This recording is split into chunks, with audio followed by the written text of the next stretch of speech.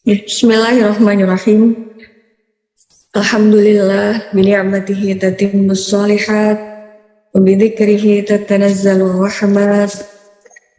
Wassalatu wassalamu ala sayyidis sadat sayyidina wa maulana Muhammad wa ala alihi wa sahbihi ajma'in. Allahumma akhrijna min dhulumatil wahmi wa akrimna bi nuril fahmi waftah alaina bi ma'rifatil ilmi wasahil akhlaqana bil hilmi waj'alna mimma yastami'una al-qawla fayattabi'una ahsanah. Amma ba'dah. Yang sangat saya takmimi panjenenganipun Ning Nisaul Kamilah MSI selaku pengasuh Halaqah Ukhuwah Al-Batul. Yang kami hormati moderator kita pada malam hari ini ada Mbak Khuril Ayi, dan yang kami hormati para peserta, para bunyai yang tidak bisa saya sebut satu persatu, para nawani, para ustadzah, para adik-adik dan sahabat Nopha Ngaji Online di Pondok HUA. Alhamdulillah, puji syukur kehadirat Allah Subhanahu wa taala yang pada malam hari ini kita bisa belajar bersama, taklim bersama dalam acara sahabat Nopha ini, dan apresiasi yang setinggi-tingginya untuk Ning Nisaul Kamilah yang telah bergerak bermanfaat dan berkontribusi untuk menggerakkan para perempuan-perempuan hebat, para peserta pada malam hari ini. Alhamdulillah, pada malam hari ini saya diberi kesempatan untuk membahas sedikit mengenai bagaimana wanita kiprah perempuan di ruang publik begitu. Insya Allah dalam sangat betul-betul mengikuti perkembangan daripada gerakan Ning Nisaul Kamilah ini yang sudah menggerakkan banyak sekali perempuan-perempuan ya untuk ikut berdaya guna, dan alhamdulillah malam hari ini kita bisa bertemu lewat online. Alhamdulillah, kalau kita berbicara tentang kiprah perempuan, ya, kiprah perempuan di ruang publik, itu kita sering kemudian bertanya bahwa lebih baik mana sih perempuan hanya di dalam ruang lingkup domestik di rumah atau harus ke ruang publik begitu. Ini tergantung daripada kondisinya. Bagaimana ketika kondisinya itu betul-betul ingin menolong keadaan ekonomi keluarga misalnya. Kemudian dalam hal ini yang nanti kita sering bagaimana menggambarkan dalam putra Nabi sebentarnya. Bagaimana dalam Al-Qasas ayat 23 itu ketika berbicara mengenai kedua putri Nabi Syuaib yang pada waktu ini karena orang tuanya sudah tua dan tidak bisa mencari air minum untuk ternaknya pada waktu itu, sehingga kedua putri ini kemudian mencari airnya sendiri dan menggembala hewan sendiri, dan kemudian ditolong oleh Nabi Musa. Bahwa di sini sebagai urgensinya adalah dos pundi ketika orang tua ini tidak bisa memberikan satu nafkah, maka anaknya boleh, walaupun putri, walaupun perempuan, maka di sini boleh kemudian bekerja di luar, bekerja di ruang publik begitu. Kemudian kalau kita berbicara mengenai perempuan dalam ruang publik di sini, kita nanti melihat di sini ya, ketika Islam itu memberikan derajat yang sama bagaimana antara laki-laki dan perempuan dalam hal pahala dan derajat. Man amila sholihan min dzakarin aw unsa wa huwa mu'minun falanuhyiyannahu hayatan thayyibah. Jadi siapa yang mengerjakan amal soleh baik laki-laki maupun perempuan dalam keadaan beriman tentunya, maka sesungguhnya akan kami berikan kepadanya kehidupan yang baik. Maka kita selalulah berdoa untuk hayatan thayyibah ini, diberikan kehidupan yang baik dengan lingkungan yang baik, dengan takdir yang baik. Ini menjadi salah satu doa ya. Kemudian bagaimana wanita berkarir ini kita harus ingat bahwa ketika di ruang publik itu mendapatkan 2 pahala. Ada ditambah satu lagi, yaitu ketika wa ta'awanu 'alal birri wat taqwa. Dengan misi bahwa kita itu saling menolong antar keluarga, saling menolong dengan suami. Ini sudah menjadi satu pahala tersendiri, yaitu wa ta'awanu 'alal birri wat taqwa. Yang kedua yaitu silaturahmi. Bagaimana ketika kita ikut andil dalam ruang publik, kemudian kita bisa ikut serta mensejahterakan keluarga. Ini juga kita bisa membentuk silaturahmi yang baik antar keluarga, sehingga meminimalisir adanya satu konflik. Ini juga salah satu jariah bagi kita semua. Maka yang kedua adalah pahala silaturahmi, dan yang ketiga adalah kita mendapatkan pahala sedekah. Bagaimana dengan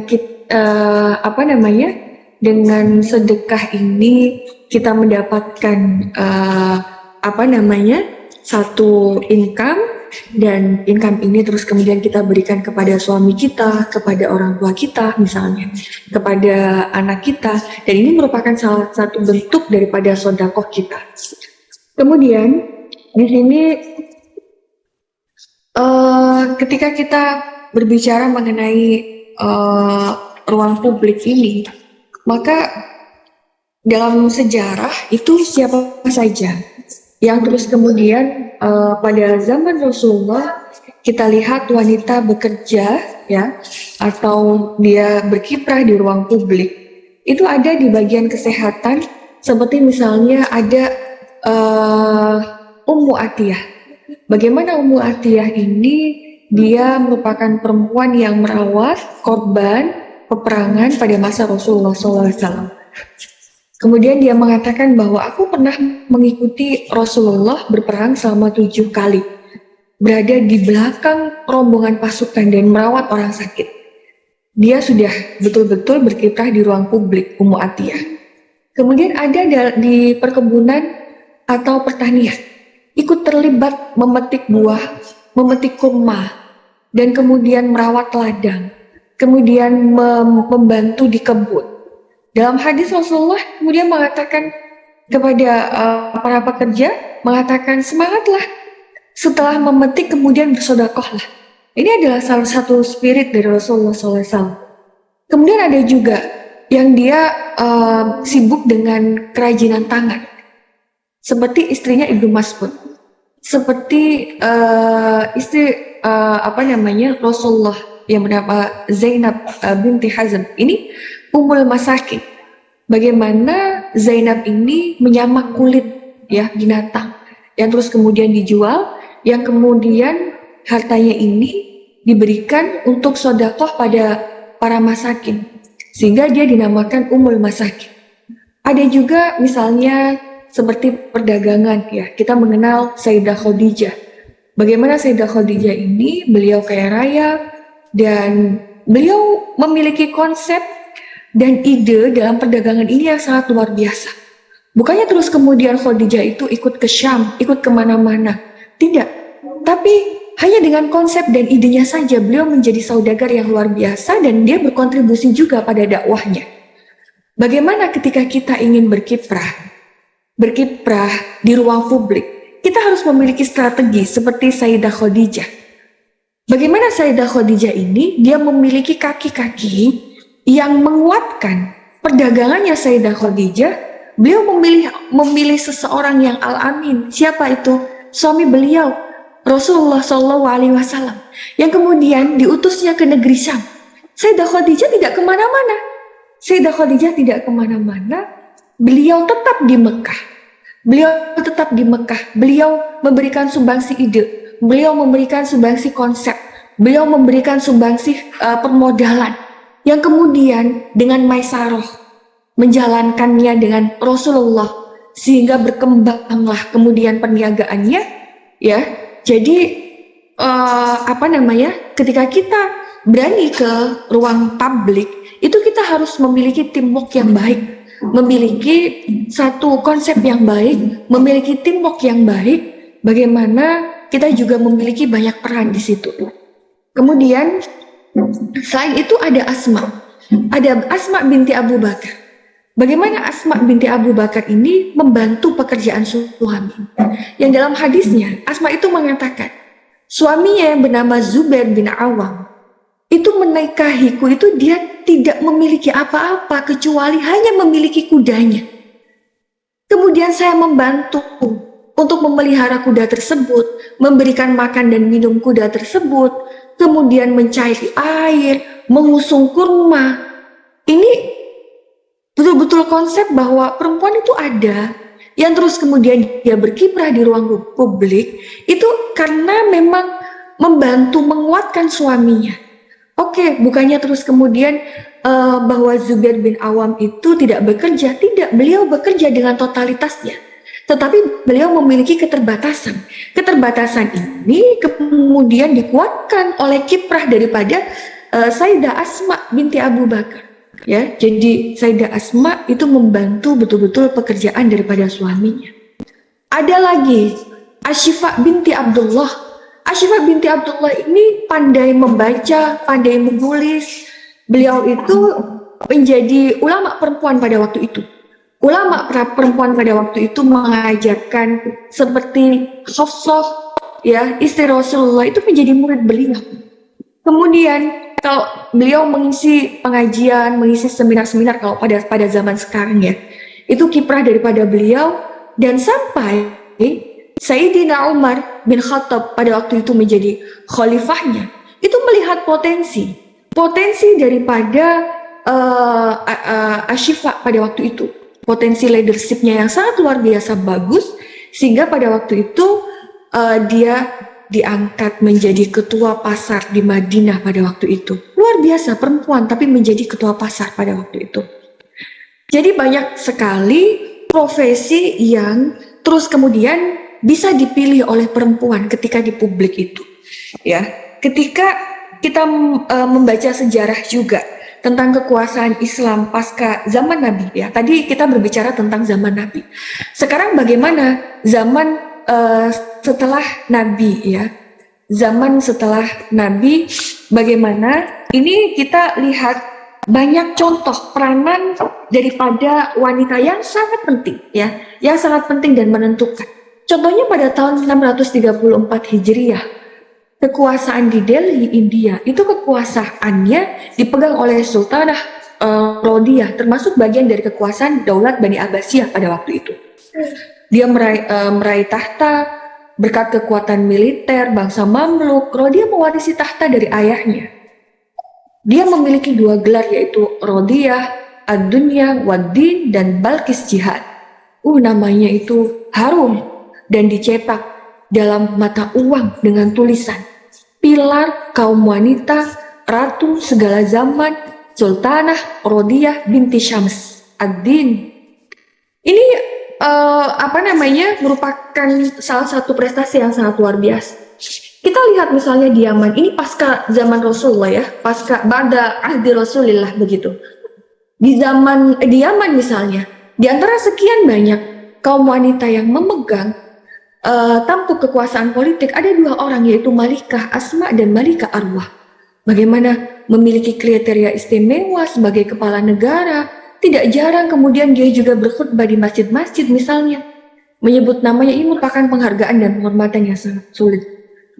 Para nawaning, para bunyai, dan para perempuan-perempuan hebat yang sangat saya hormati, bahwa bagaimana tadi kita tahu bahwa zaman Rasulullah seperti apa dan zaman pasca Rasulullah seperti apa, bagaimana peranan perempuan di ruang publik, ya, yang telah menorehkan sejarah, ya kembali lagi bahwa langkah kita pada saat ini tuh akan menorehkan banyak sekali sejarah. Maka tulislah sejarah yang baik, dan kita memiliki kekurangan, maka kekurangan ini kita harus kelola supaya kekurangan kita ini tidak menjadi pengganggu ya atau merugikan orang lain. Maka kita harus kelola kekurangan ini dengan potensi-potensi yang ada. Para Ibu Nyai Nawaning yang sangat luar biasa, jadi ada 4 hal alasan bagaimana perempuan bekerja yang merupakan pemikiran dari ulama kontemporer, yaitu Syekh Muhammad Al-Ghazali, mengatakan bahwa perempuan bekerja di ruang publik itu karena alasannya yang pertama adalah perempuan itu memiliki kemampuan luar biasa yang jarang dimiliki oleh yang lainnya. Keterlibatan dalam satu pekerjaan menghasilkan satu kemaslahatan bagi masyarakat. Ini sedangkan menghalangi keterlibatannya dapat merugikan masyarakat karena tidak dapat memanfaatkan kelebihan dari dalam diri perempuan tersebut. Yang kedua, pekerjaan yang dilakukan itu hendaknya yang layak bagi perempuan. Kemudian perempuan bekerja ini dengan alasan untuk membantu suaminya, seperti tadi ya yang dilakukan oleh Asma. Kemudian bahwa perempuan perlu bekerja demi memenuhi kebutuhan hidupnya dan kebutuhan hidup keluarganya. Ada 4 alasan di sini. Kemudian bagaimana sekarang kita melihat secara hukum ya perempuan ketika bekerja di ruang publik. Bagaimana perempuan yang terus kemudian ada yang tidak memperbolehkan dengan merujuk pada surat An-Nisa ayat 34 misalnya, ya, ar-rijalu qawwamuna 'alan nisa. Lah ini di sini kemudian dimaknai tidak diperbolehkan. Kemudian ada lagi kemudian ya, ada argumentasi yang kemudian tidak mendukung ini dan artinya memperbolehkan, misalnya dengan merujuk dengan kepemimpinannya Ratu Balkis dan bagaimana kebijaksanaannya juga. Lah ini ada ikhtilaf ya dalam hal ini. Tentunya saya akan mengambil beberapa kaul dari ulama, diantaranya adalah Quraisy Shihab, Said Qutb misalnya. Quraisy Shihab tentu memperbolehkan, Said Qutb misalnya ini juga memperbolehkan dengan dalih pada awal zaman Islam bekerja ketika kondisi menuntut mereka untuk bekerja. Terus kemudian ada juga Imam Asy'ari. Imam Asy'ari juga memperbolehkan perempuan bekerja di luar rumah sepanjang pekerjaan ini tidak menimbulkan fitnah dan masih memelihara prinsip-prinsip ajaran Islam. Kemudian Ibnu Katsir. Ibnu Katsir ini beliau ini mufassir dalam kitabnya Al-Quran Al-Azim. Beliau menjelaskan bahwa wanita itu dianjurkan berdiam diri di rumah, dilarang berdandan, bertabaruj. Dikhawatirkan jika hal ini dilakukan akan mengundang bahaya bagi perempuan. Ya. Kemudian beliau di sini dalam hal ini tidak bolehnya ketika dikhawatirkan terjadi perzinahan. Dan tidak bolehnya ketika wanita ini bertabaruj terlalu ya ketika berada di luar. Namun di sisi lain ini Ibnu Katsir memperbolehkan wanita keluar rumah dengan dalil hajat syar'i, misalnya sholat di masjid atau ada kepentingan keagamaan di desa tanpa menghilangkan syarat dan kewajiban sebagai seorang muslim, yaitu tetap menjaga kehormatan baik cara pakaian maupun tingkah laku. Para Bunyai Nawaning yang sangat saya hormati. Kemudian ada beberapa syarat ya yang kemudian ini kita kita pegang sebagai ketentuan syarat menjadi wanita yang berkiprah di ruang publik. Di antaranya pekerjaannya itu tidak mengganggu kewajiban utamanya. Misalnya kewajibannya utama, ya kita tetap tanggung jawab riayah, ya, kulukum ra'i, ya, wa kulukum mas'ulun an ra'iyatihi. Kita bertanggung jawab pada tanggung jawab kita masing-masing, yaitu bagaimana anak kita, bagaimana suami kita. Di sini ada peran kita sebagai ibu. Kemudian bagaimana memanage pekerjaan kita di ruang publik. Bagaimana di dalam dan bagaimana dengan banyak sekali apa namanya peran daripada kita, maka misalnya ya kita bisa mendelegasikan hal-hal yang bisa kita delegasikan. Misalnya seperti menyapu, seperti memasak, kita mungkin bisa membeli makanan di luar ya. Atau misalnya kita menyapu boleh, bisa kita delegasikan. Tapi ada hal-hal yang tidak bisa didelegasikan. Misalnya ya, mijeti garwone. Tidak bisa didelegasikan. Atau misalnya kurikulum pendidikan anak misalnya. Kurikulum pendidikan anak ini tidak bisa kita delegasikan kepada orang lain. Maka hal ini harus ada kesepakatan antara antara orang tua kita, antara suami kita, antara misalnya nanti kita memiliki pengasuh di rumah misalnya. Kita delegasikan misalnya kurikulum pendidikan yang seperti apa. Misalnya kurikulum pendidikan, misalnya kita ingin anak kita itu menjadi penghafal Quran misalnya, sejak dari kecil. Maka ketika ditinggal, dalam waktu yang biasanya dia itu menambah hafalannya, maka kita harus mendelegasikan ini dengan dengan SOP yang jelas, bahwa nanti harus sampai dengan cara apa, dibaca dulu berapa kali, kemudian anak ini menirukan, kemudian sampai target setengah halaman misalnya, atau dalam satu hari satu halaman, murojaahnya berapa, kemudian makanan yang seperti apa, ya, makanan yang seperti apa, ini tidak bisa. Kita tidak bisa dalam pengasuhan anak itu tidak memiliki kurikulum, harus memiliki kurikulum. Bahkan dalam pengasuhan juga, ini juga harus ada kesepakatan. Misalnya jenengan harus keluar, kemudian jenengan titipkan dengan simbahnya, dengan orang tua panjenengan. Tanpa ada kurikulum yang jelas, maka makanan apa saja yang boleh, tidak boleh, akan masuk semua. Kemudian nanti ketika jenengan memiliki kurikulum anak ini harus menghafal Quran, ya nanti akan ditinggal dengan tidak ada kegiatan apa-apa, tidak ada kegiatan menghafal. Maka harus ada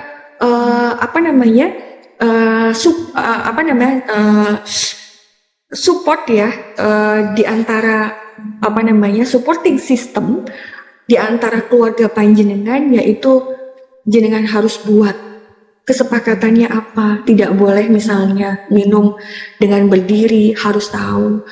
Tidak boleh makan ini, harus tahu. Nah, ini kesepakatan ini yang terus kemudian ada nih sesuatu yang urgent. Misalnya ini harus ada pembagian waktu antara panjenengan dengan suami, yang ini harus dikomunikasikan. Harus keluar, kemudian anak sakit misalnya, ini harus dikomunikasikan sehingga terus kemudian support system ini jalan.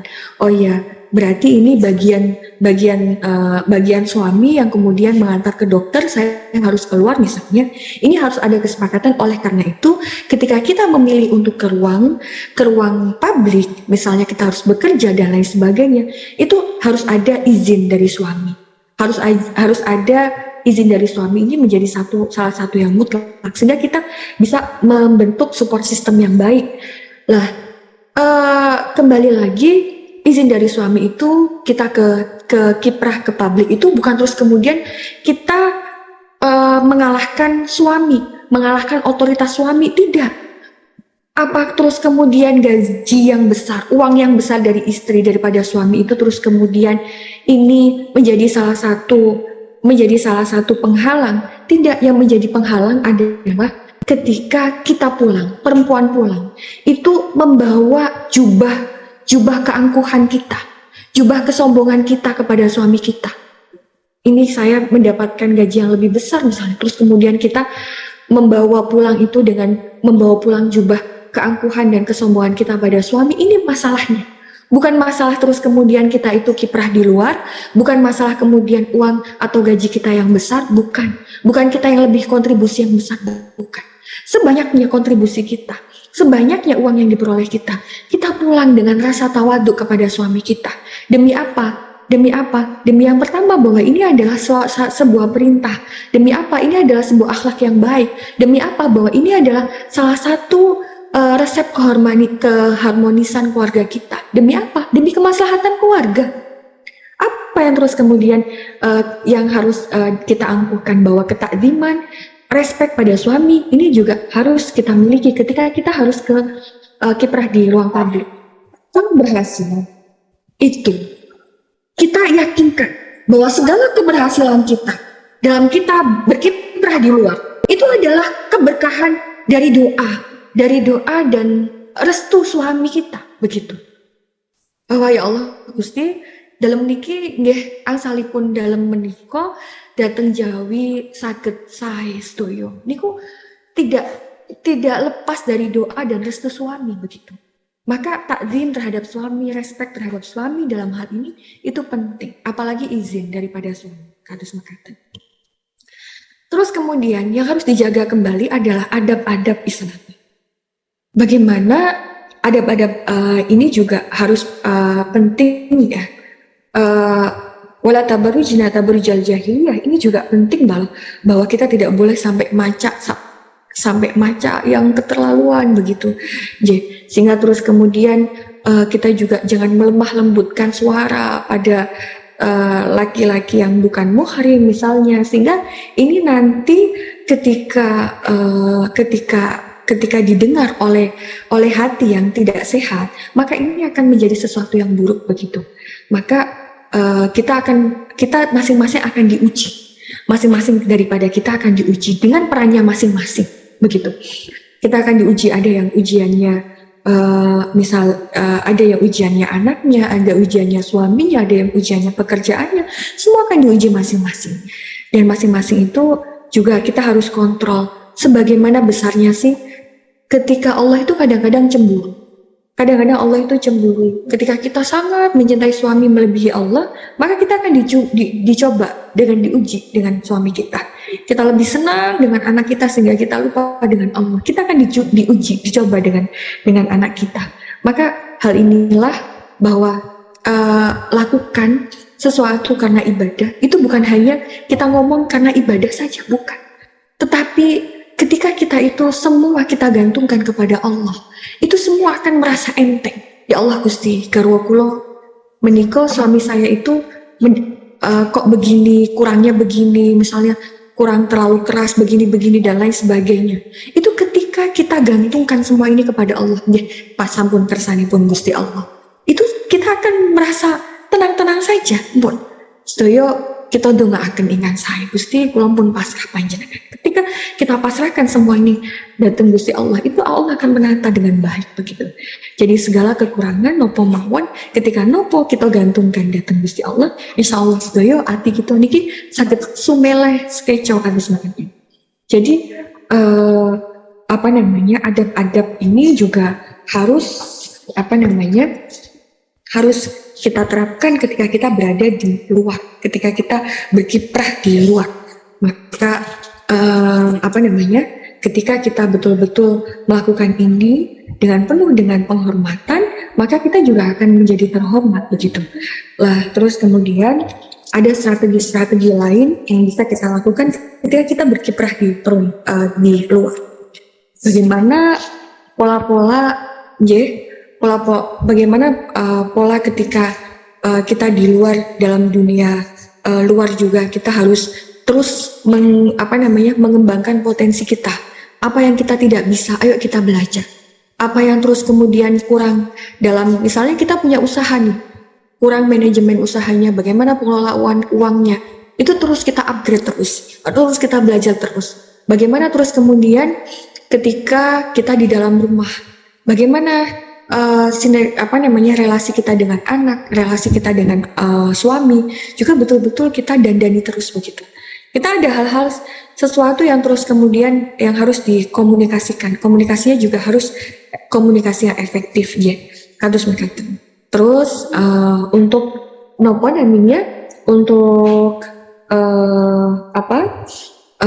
untuk hal ini, kembali lagi bahwa kita memiliki satu optimis dan semangat yang sangat tinggi untuk ini. Jadi bagaimana khairun nas anfa'uhum linnas ini betul-betul kita terapkan, bahwa pada saat ini bagaimana kita ingin memberikan sumbangsi lebih. Kemudian sumbangsi ini kita sedekahkan untuk anak, kita sedekahkan untuk keluarga kita sedekahkan untuk masyarakat luas. Ketika kita sudah memiliki satu keahlian dalam bidang tertentu, kemudian kita kontribusikan kepada orang lain, itu menjadi satu jariah tersendiri bagi kita. Waktunya sudah habis, nggih. Mungkin nanti bisa kita kita lanjutkan dengan sesi tanya jawab. Kapunten sangat nggih bilih kathah kurangipun nggih nyuwun ngapunten. Monggo. Neng, terima kasih banyak. Alhamdulillah pemaparan dari Neng begitu gamblang sekali tentang bagaimana perempuan mempunyai peran ganda. Dengan diulas oleh Neng beberapa pendapat dari para ulama, terserah nanti kita mau memilih yang mana. Ini ada beberapa pertanyaan yang sudah masuk. Kami bacakan Neng satu persatu untuk langsung Neng jawab. Yang pertama Neng dari Ukti Malikatul Mutahharoh. Assalamualaikum Neng, izin bertanya. Apa yang seharusnya dilakukan seorang istri jika ketika berorganisasi tidak mendapatkan izin dari suaminya? Padahal seorang istri tersebut ingin sekali berkiprah di organisasi atau di masyarakat, tapi terkadang suami itu gremeng ngoten. Kados pundi Neng nek ngoten? Monggo Neng langsung dijawab. Nggih. Jadi sebenarnya perempuan ketika di rumah saja niku sudah menjadi asasul hadharah, ya, sudah menjadi basic membentuk satu peradaban, ya. Bahwa sebenarnya berkontribusi memang tidak harus lewat organisasi, ya. Bahwa kita di rumah dengan sebaik-baiknya peran kita itu juga merupakan salah satu sumbangsi kita untuk kita membentuk satu hadharah begitu. Tapi permasalahannya kembali, kadang kita ingin memberikan terkoneksi lebih luas begitu. Kita ingin terus kemudian berkontribusi lebih banyak. Kalau ikut bikin di organisasi kan enak, saling menguatkan gitu, bertemu dengan banyak orang, bukan hanya silaturahmi secara sosial, tapi juga secara gagasan di situ. Mungkin ini juga banyak yang terus kemudian menginginkan untuk itu. Bahwa cara yang pertama itu adalah komunikasi dengan suami. Komunikasi dengan suami, apa yang kemudian memberatkan ketika dia berorganisasi, kemudian apa yang kemudian hal yang memberatkan ini kemudian dikompromikan. Misalnya keberatan karena sering ditinggal, nanti anaknya bagaimana dan lain sebagainya misalnya.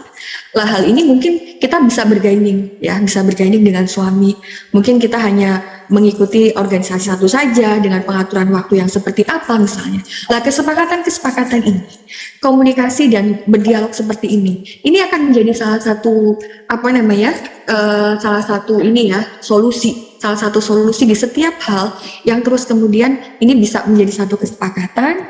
Dan ketika misalnya memang tidak boleh, kita bisa berkontribusi dengan sesuatu yang lain, ya. Misalnya kita tetap di rumah, tetapi terus kemudian kita bisa lewat media sosial dan lain sebagainya, itu kemudian kita bisa memberikan share ilmu misalnya. Itu juga merupakan kontribusi yang sangat luar biasa.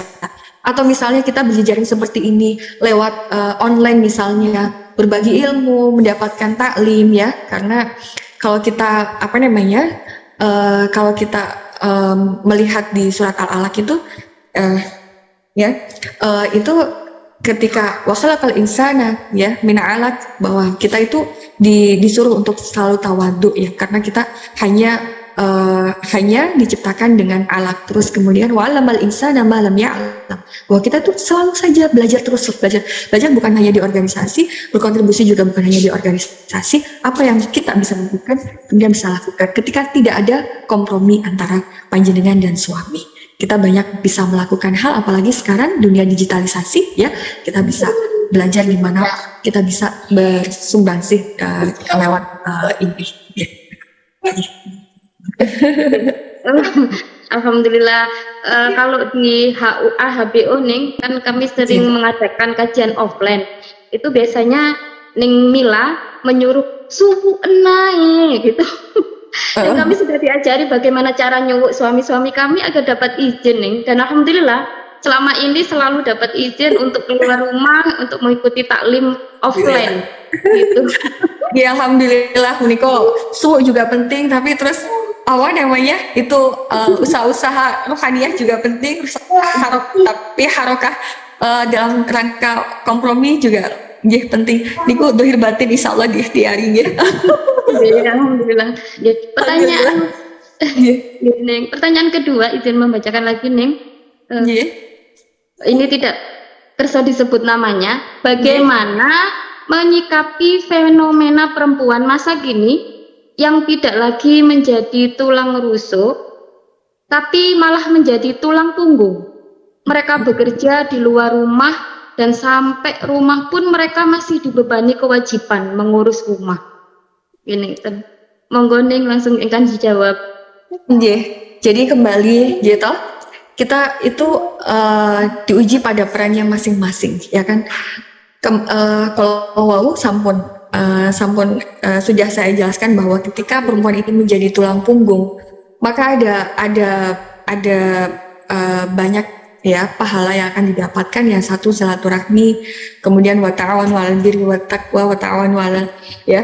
Ini yang kedua ini bahwa apa namanya saling membantu dalam keluarga. Oke, misalnya suami tidak bisa, tentunya ini harus ada berbagi peran begitu. Ketika di luar, maka terus kemudian di dalam siapa ini harus ada kesepakatan. Nopo ingkang dipun kersakaken ingkang garwa, nopo ingkang dikersakaken panjenengan, ini harus disampaikan dan menjadi satu visi misi bersama begitu. Lah, kemudian yang ketiga itu niatkan itu menjadi sedekah panjenengan pada situ. Jadi kalau misalnya sudah ada motivasi-motivasi yang baik seperti ini, maka kita dalam hal kita juga menjadi tulang punggung, ini kita akan nggih kepenak mawon ngoten.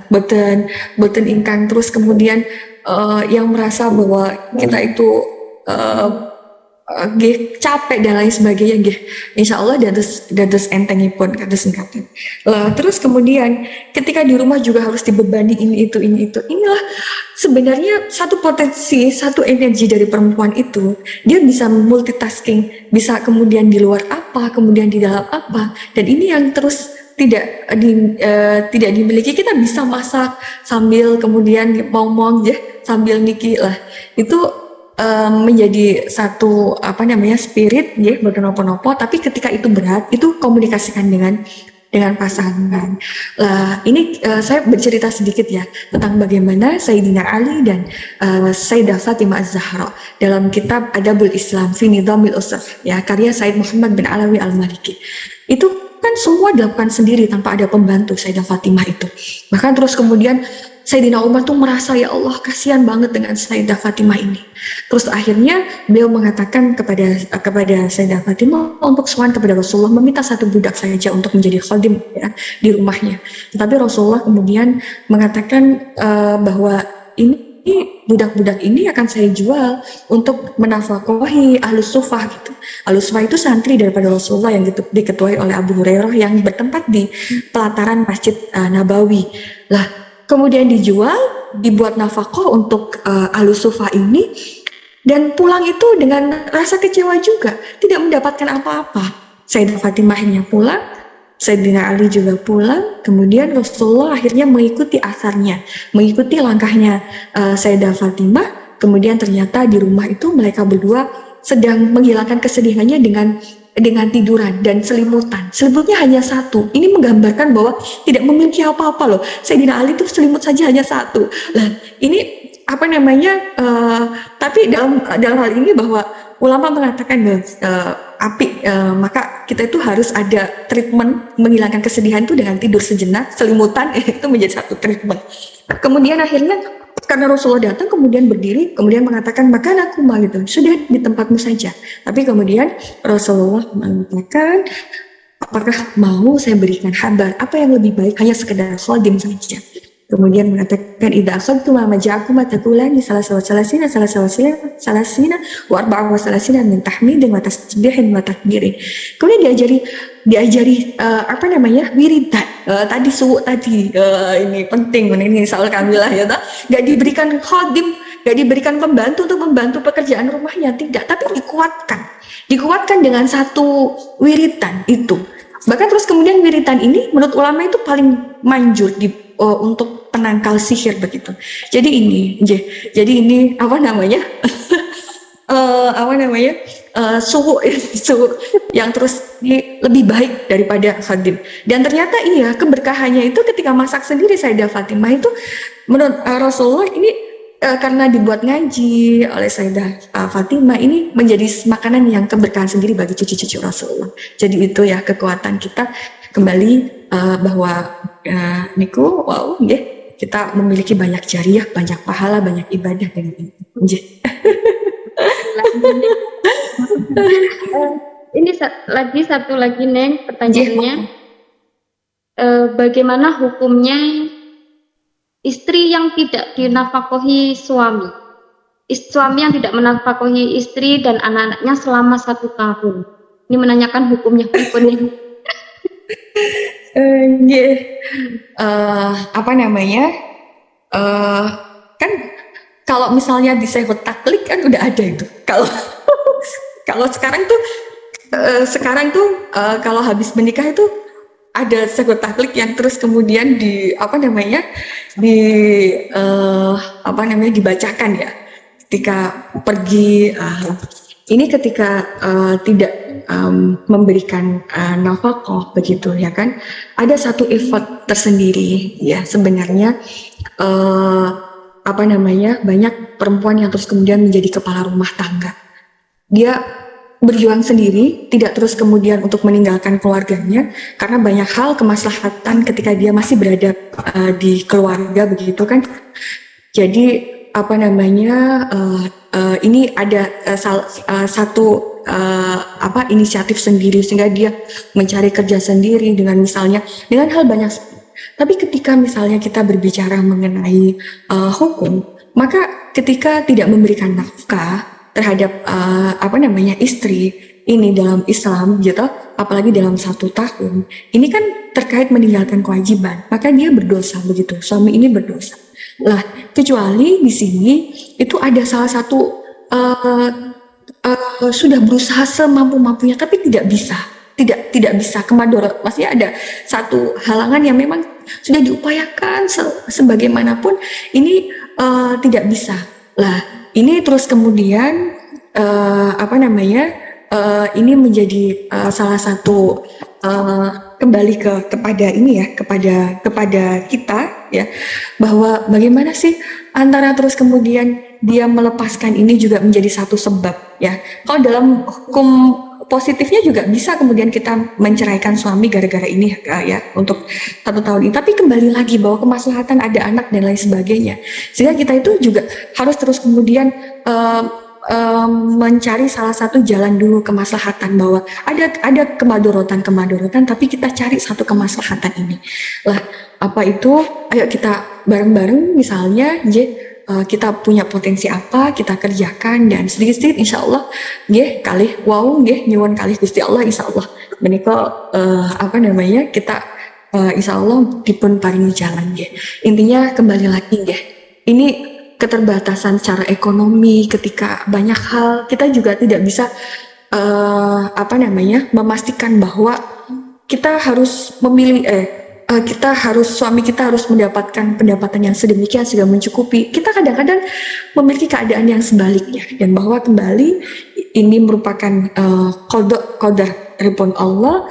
Terus kita kemudian kembali lagi nggih, kita niki kangge ngayem-ngayem nggih, untuk mengayem-ngayem nggih, kangge ngayem-ngayem. Niki sebagai penguat bahwa kadang kita diuji dengan ketidakadaan sesuatu begitu. Bahwa pada waktu itu Rasulullah bersama dengan Imran bin Husain itu bertandang ke rumah Sayyidah Fatimah Az-Zahra. Kemudian istidzan kembali, tapi Sayyidah Fatimah tidak memakai jilbab pada waktu itu. Kemudian Rasulullah mengatakan pakai bajumu saja begitu. Tapi Sayyidah Fatimah mengatakan saya tidak memiliki baju kecuali yang saya pakai ini dan yang satunya kotor. Kemudian Rasulullah melemparkan ridanya ya, selendangnya. Kemudian dilemparkan kepada Sayyidah Fatimah, kemudian ditutupi begitu untuk memakai hijab, kemudian masuk. Dan pada waktu itu menangis Sayyidah Fatimah karena belum makan. Kondisi-kondisi seperti ini kemudian kembalikan dengan penguat-penguat yang apa? pada waktu itu terus kemudian Rasulullah tidak berdoa untuk kemudian mendapatkan rezeki untuk Sayyidah Fatimah, bukan. Tetapi Rasulullah kemudian mengatakan, anti Sayyidatun nisa fil jannah. Kamu itu menjadi ketua perempuan-perempuan di surga besok begitu. Dan itu sudah menjadi satu kebahagiaan tersendiri. Ada kalanya, panjenengan diberikan seperti ini, tapi sekarang banyak hal yang bisa kita lakukan dipun ikhtiari terlebih dahulu. Begitu, ketika suami memang sudah berusaha dan tidak bisa. Banyak sekarang kita bisa berdagang lewat online seperti ini ya, yang dilakukan oleh Nini Sa'il Kamilah. Jadi kita tidak meninggalkan kewajiban di rumah, kita masih bisa berkiprah di ruang publik dan bekerja begitu. Bahwa ini merupakan salah satu solusi. Kados mekaten. Nyuwun ngapunten. Terus wandul nih, untuk pertanyaannya sangat gamblang. Jawabannya juga sangat mengenal di hati kami.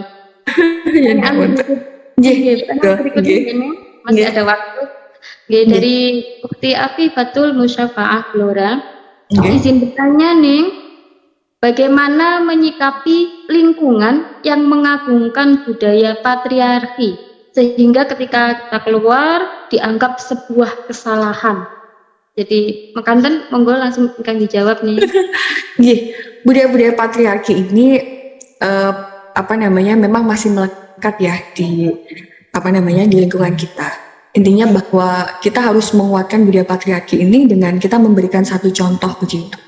Ketika kita bisa mendobrak ya banyak kultur di lingkungan kita, budaya di lingkungan kita yang terus kemudian kita mencontohkan dan kita memastikan bahwa ketika kita keluar itu kita tidak apa-apa dan kita bisa berkontribusi masih bermanfaat kepada orang banyak. Hal ini mungkin pertama kali kita akan mendapatkan benturan yang sangat luar biasa. Tapi ini hanya beberapa waktu saja. Satu step berikutnya ketika mereka tahu ternyata saya betul nopo. Itu nanti akan menjadi satu pemahaman pengertian yang akan merubah lingkungan juga. Kalau kita ingin merubah lingkungan, merubah budaya, itu kita harus melakukan percontohan terlebih dahulu. Nah, misalnya perempuan pada waktu itu di situ tidak boleh belajar tinggi, tidak boleh kuliah. Kemudian kita contohkan terlebih dahulu. Ketika sudah ada contohnya, kemudian ternyata baik-baik saja, ternyata malah lebih bermanfaat, baru itu akan menjawab begitu. Dan tentunya pertama kali pasti banyak sekali pertentangan di situ. Jadi budaya patriarki ini bukan hanya percontohan juga, tapi kita juga harus membuka wawasan, membuka dengan pendekatan-pendekatan apa misalnya. Jadi kita mungkin bisa melakukan diskusi di banyak di lingkungan sekitar tentang kita membuka wawasan tentang bagaimana sih ketika perempuan di luar tuh bagaimana zaman Rasulullah seperti apa gitu. Bagaimana dalilnya, kita membuka wawasan mereka sehingga mereka bisa paham. Kadang-kadang karena adanya konsepsi ya, konsepsinya itu nggak boleh, padahal dalam kitab-kitab atau dalam ajaran Islam sebelumnya misalnya boleh. Kita harus memberikan pemahaman-pemahaman terlebih dahulu di masyarakat seperti itu, dan ini memang sangat susah, perlu tantangan juga. Tapi dengan cara-cara soft saja, misalnya kita bentuk pengajian atau misalnya diskusi kecil-kecil misalnya dengan makan-makan yang sederhana atau apa, kemudian kita selipkan dalam obrolan itu sehingga ini bisa berubah kultur sedikit-sedikit. Tentunya perlu proses panjang begitu. Alhamdulillah terjawab. Yang bertanya semoga bisa menyikapi. Selain pertanyaan berikutnya, Neng. Dia mau ke semakin malam harus semakin semangat ya. Iya, makin banyak yang bertanya, Ning. Iya, alhamdulillah. Jadi bagaimana menyikapi mertua? Nah, ini hubungannya dengan mertua. Bagaimana menyikapi mertua yang marah ketika melihat anak laki-lakinya atau si suami mengerjakan pekerjaan rumah, mencuci baju, mencuci piring dan lain-lain, padahal tujuannya ya untuk membantu si istri, gitu. Monggo langsung ikan dijawab, Ning. Ini banyak yang bertanya seperti itu. Iya, ini relate banget dengan keadaan kita ya. Memang apa namanya, banyak yang terus kemudian kayak mencuci kayak ini itu terus kemudian ketika dikerjakan laki-laki, maka nanti kita akan diklaim bahwa oh bojone kalah karo gitu. Yang laki-laki itu kalah dengan istrinya gitu ya. Bojone kalah boten iki guyon. Nah, itu nanti akan ada diksi-diksi yang semacam itu. Nah, ini sebenarnya apa namanya? Sebenarnya itu yang harus kita lakukan itu kan ketika misalnya suami sudah bersepakat ini ada pembagian tugas dan lain sebagainya. Nah, lah terus kemudian yang harus dilakukan adalah suami bisa menguatkan mertua dengan terus kemudian argumen yang ada. Terus kemudian kita juga bisa apa namanya? Bukan kita sendiri yang terus kemudian bergaining dengan mertua pada awal-awal, tidak ya. Jadi malah suaminya yang menguatkan. Enggak, ini adalah pilihan saya begitu.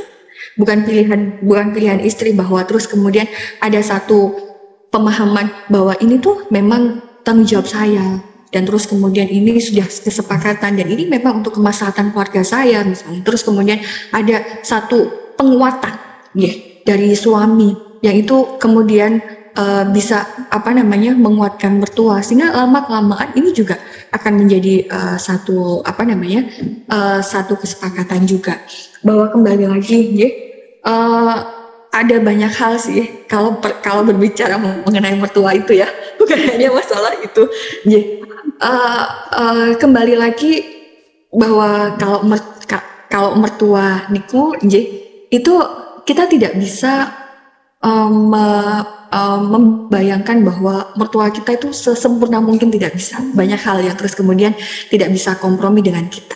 Ada hal beda basic ya, ada basic ya, sehingga tidak mudah untuk mengerti keadaan kita. Itu yang pertama yang harus kita pahami. Kemudian yang kedua, bahwa ketika mertua itu kadang juga ada rasa cemburu dengan anaknya, ya.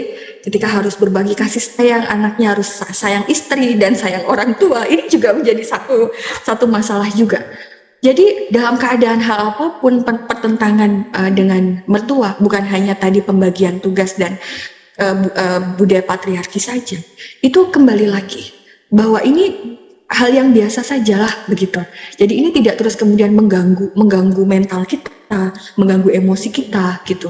Bahwa lakukan sebaik-baiknya apa tugas yang terus kemudian yang menjadi rujukan adalah apa yang menjadi kesepakatan suami, taat terhadap suami ini. Jadi kemudian suami yang menguatkan kita kepada mertua, dan ini bukan terus kemudian kok panjenengan yang terus kemudian akhirnya berselisih paham, suudzon. Ini akan nanti jenengan akan habis energinya hanya untuk meratapi nasib dengan mertua. Akhirnya habis energi sendiri begitu. Bahwa apapun ya terima dengan ini karena dengan pengertian dengan sikap positif panjenengan, bahwa karena memang kita itu perlu proses untuk orang tua mengerti basic saya juga begini, pendidikan saya begini, ini kan tidak sama, perlu waktu juga gitu. Jadi ini terus kuatkan dengan suami, nggih kados mekaten. Dan kalau tidak bisa sampai hal-hal yang tidak bisa ini nggih kembali nggih nyuwun dumateng Gusti Allah. Kembali niki setiap hal-hal ini jangan lupa suwu ya, jangan lupa suwu. jangan lupa suwu itu betul Nini Saul Kamila ini. Tapi kalaka ikhtiar dohir ini harus kita lakukan begitu. Ya, terus kalau syukur-syukur ya, kalau yang mertuanya baik ya alhamdulillah. Tapi masing-masing juga kita dicoba oleh itu, kata semekata. Betul. Lagi-lagi suhu ini yang diperlukan selain komunikasi yang baik dengan mertua, dengan suami. Iya, jadi mertua harus suami juga harus betul-betul menguatkan ya untuk menjunjung tinggi harga diri istri juga. Itu satu proses ya. Ya, mungkin banyak sih hal lain yang bisa dilakukan. Tapi ini kadang ada hal yang perlu kita itu tidak usah tidak usah kita reken ya, karena itu sesuatu yang bukan dalam kontrol kita. Jadi ya sudah nek niki nggih pon mboten napa-napa, tapi ingkang penting garwa kula mboten napa-napa. Kadang nggih kita harus punya pikiran apa ya yang membebaskan kita dari dari beban mental harus berkata. Ya kadang-kadang nopo nek tiang Jawa nek asmani nopo nggih nggih cuek apa ya, kalau kita kan bahasa ya nggih napa nggih ngoten nggih mboten usah dipun pikir ngoten nggih. Kalau sudah banyak usaha kita lakukan nggih sampun kita ngertosi mawon nggih. Oke. Biar untuk menjaga jiwa ya Neng, biar tetap sehat. Iya, dan insya Allah dengan kita tetap baik dengan orang tua, banyak hal itu terus kemudian kasih sayang dan kebaikan kita itu akan menjadi satu kebaikan yang timbal balik juga untuk kita pada surgatan. Maka tidak perlu direspon yang sangat serius. Terus dablek nggih, style dablek mawon niki lho, kedah dablek ning kali mertua nggih lho rasa. Dablek menawi niki bener. Nggih. Nggih. Jadi kita dableknya dengan kita khidmah saja sama orang tua nopo ingkang dipun kersakaken kita khidmah niku nopo pahala kita insyaallah dangu murah sepah dados sae gitu. Nggih. Terus ada ningat awal nggih. Satu lagi pertanyaan Neng, ini yang juga relevan dengan yang tadi jenengan ulas. Jika istri melarang suaminya untuk memberi nafkah pada ibunya, apa yang harus dilakukan oleh suami untuk menjelaskan bahwa ibu juga merupakan tanggung jawabnya, padahal sang istri pekerjaannya bagus dan memiliki jabatan penting, tapi tidak mau peduli dengan ibu dari suaminya, tapi kalau ibunya sendiri diutamakan. Wah, ini pripun nih? Monggo. Maksudnya pripun ingkang daler niku mari ingkang boten angsal. Nah, ini yang bertanya perempuan, tetapi pertanyaannya tentang istri itu. Istrinya ini melarang melarang suaminya memberi nafkah pada ibunya. Oh, nggih. Dan merupakan ibunya sebenarnya merupakan tanggung jawabnya, padahal sang istri ini pekerjaannya bagus dan memiliki jabatan penting, tapi sebenarnya tidak peduli dengan ibunya, ngoten. Ini mungkin sebenarnya leres nggih. Sebenarnya kalau misalnya perempuan bekerja kemudian mendapatkan hasil, itu kan tidak ada kewajiban untuk menafkahi suami ya. Sebenarnya itu kita memiliki hak untuk kita itu bisa mempersurufkan kemana sebenarnya atau berkata. Tapi kembali lagi karena kita itu harus taat kepada suami, jadi kita itu harus meminta izin dan lain sebagainya. Tapi banyak hal sebenarnya yang bisa kita lakukan ya dalam hal ini. Semisalipun kalau dalam hukumnya ketika kita kok maringi niku sedekah kita, dan itu tidak ada hubungan ya hak daripada suami. Uang yang kita pegang itu tidak mengandung haknya suami karena kita tidak memiliki kewajiban nafkah terhadap suami, begitu.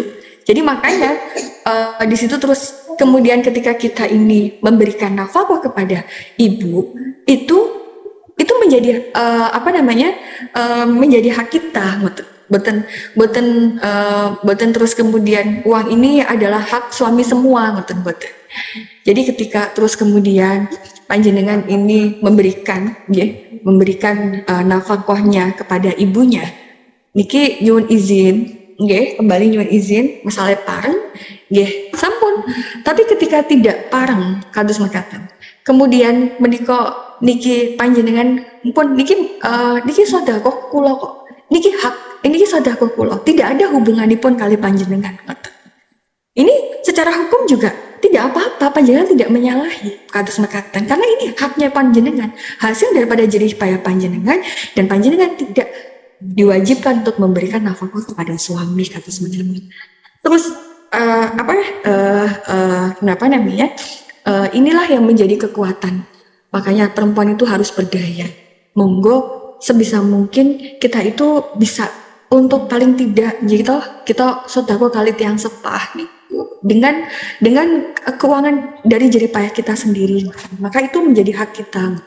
Niku yang penting. Tapi ketika misalnya yang dibuat itu adalah uang suami, yang dibuat adalah uang suami lah, ini terus kemudian menjadi satu hal yang berbeda lagi.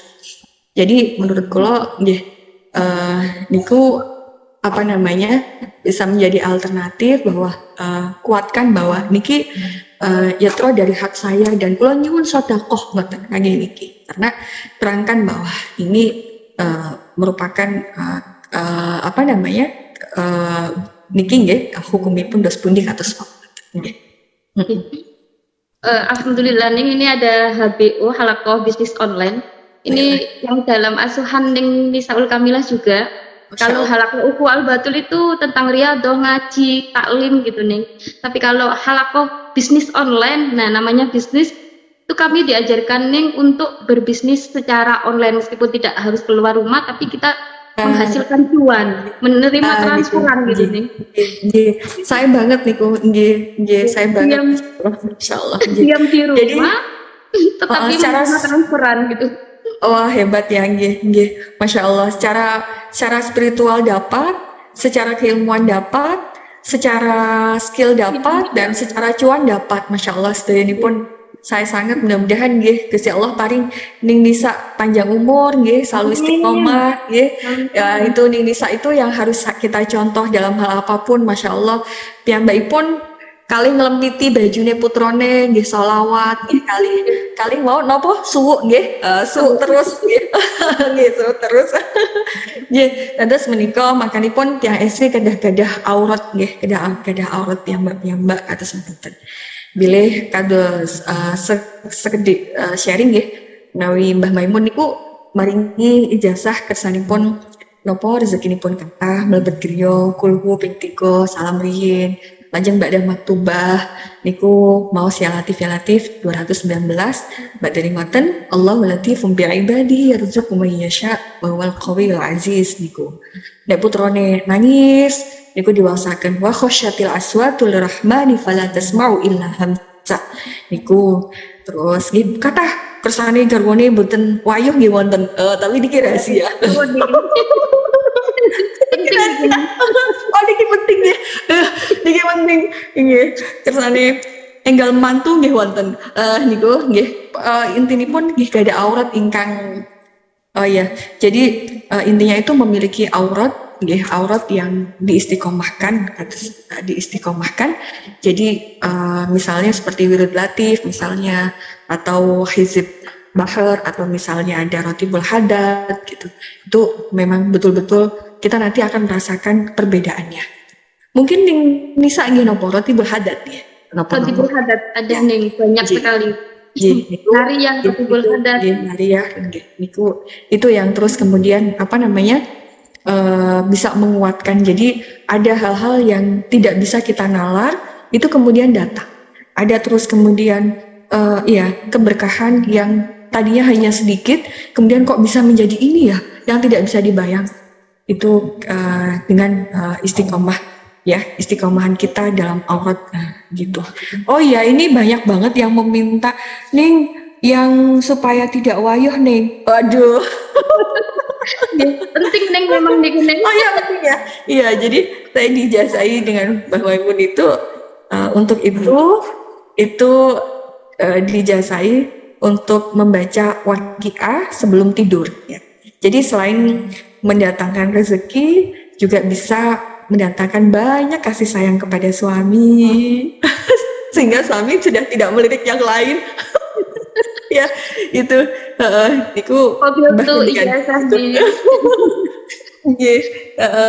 jadi itu ya apa namanya yang sakit ya yang bisa saya sampaikan ngapunten nggih. Mudah-mudahan ya ini sangat luar biasa nih Nisa itu memberdayakan banyak sekali perempuan yang mudah-mudahan ini menjadi jariah ning Nisa dan kula dan saya mengaturkan belasungkawa ning nggih menika nggih mudah-mudahan husnul khotimah nggih dan nggih Dan mudah-mudahan Nopha ini bisa menjadi salah satu wadah belajar yang sangat bermanfaat ya. Dan tentunya ini sangat dibutuhkan ya, di rumah, tapi bisa menambah ilmu dan menambah cuan juga. Alhamdulillah tepat 21.03 lewat 3 menit. Memang penjelasan dari Ning sudah disampaikan dengan sangat gamblang sekali, dengan bahwa perempuan meskipun di luar rumah memang tetap tidak bisa meninggalkan kewajiban-kewajiban untuk menghormat suami, hormat anak, dan lain sebagainya. Yang penting suwe Ning. Ikhtiar zahir batin ya. Sebagai penutup, barangkali Ning berkenan memberikan closing statement kepada kami agar makin termotivasi, makin bersemangat, dan sekaligus langsung Ning menutup dengan doa. Doakan kami semua Ning, santri panjenengan niki kali niki diakui juga sebagai santri panjenengan niki keberkahan buat kami Ning. Allah, buatan dalam tas sih. Saya dereng makomen iki. Iya, insyaallah. Oh enggak. Jadi apa namanya? Menjadi perempuan itu harus kuat ya, harus kuat dan harus berdaya.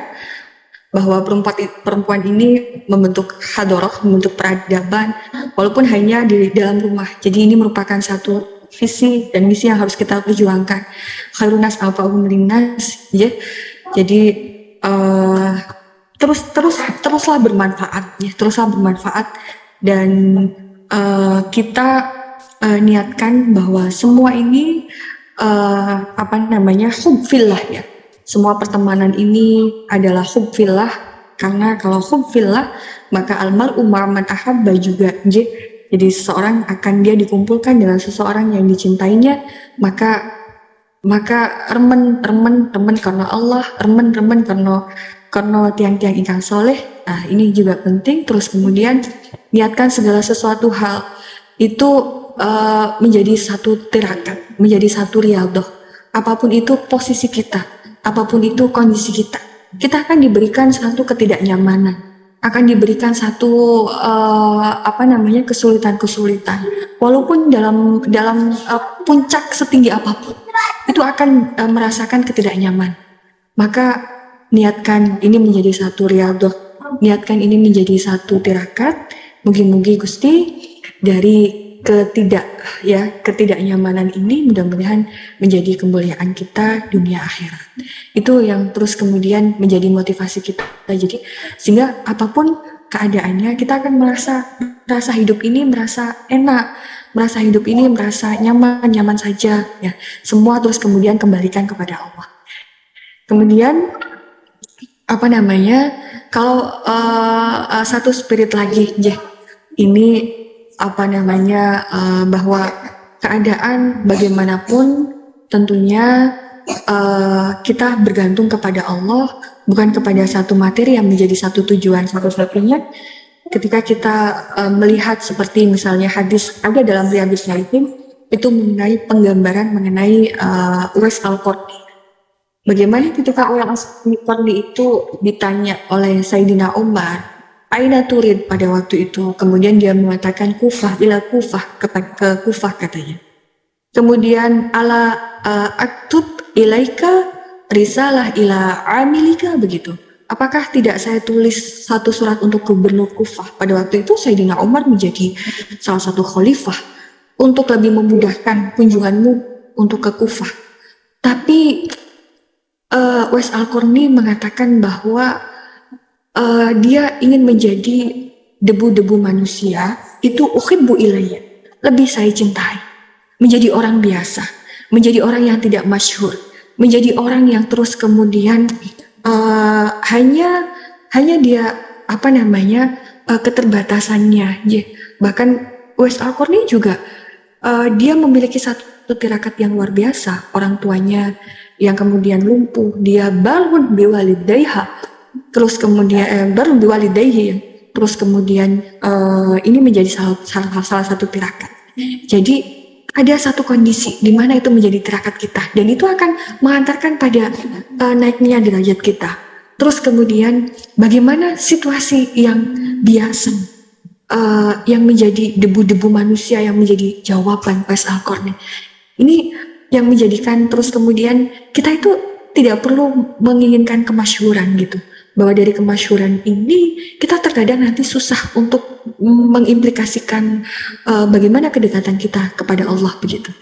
Terus kemudian ketika pada waktu itu hanya ke Kufah, kemudian ada orang Kufah yang terus kemudian bertemu dengan Rasulullah, bertemu dengan Umar bin Khattab yang pada waktu itu laki-laki dari Kufah ini ingin berhaji. Kemudian ditanya oleh Sayyidina Umar, bagaimana dengan Uwais? Kemudian dijawab bahwa Uwais itu masih dalam keadaan seperti itu, qalilul mata, sedikit hartanya, sedikit harta bendanya. Kemudian Sayyidina Umar mengatakan, Rasulullah mengatakan ketika bertemu dengan Uwais, mintalah doa istighfar kepadanya. Jangan lupa meminta doa kepada siapapun walaupun itu di bawah kita. Seperti Sayyidina Umar meminta doa kepada Uwais Al-Qarni yang derajatnya lebih rendah daripada Sayyidina Umar. Sayyidina Umar khalifah, sahabat. Uwais siapa? Uwais adalah tabi'i, tetapi meminta doa terhadap siapa saja, bahwa ini menjadi salah satu wusul kita kepada Allah begitu. Jadi ini yang menjadi yang menjadi motivasi bagi kita semua. Kemudian tawaduk itu penting, karena man tawaduk arafahullah, siapa yang tawaduk itu akan diangkat oleh Allah. Bagaimana ketika dimintai doa oleh rojul dari Kufah tadi, kemudian Uwais Al-Qarni mengatakan, bukannya kamu yang baru saja datang dari haji, amal soleh. Ini ya, jadi ini kita harus tawaduk dan minta doa kepada siapa saja. Barangkali ada amal walaupun sedikit yang orang lain lakukan, yaitu bisa diijabahi doa kita. Mungkin itu yang bisa saya sampaikan. Jadi semangat apapun keadaannya, insya Allah ikhtiar dengan nobha, dan bagaimana jaringan bisnis di sini menjadi satu keberkahan dan menjadi jariyah panjenengan.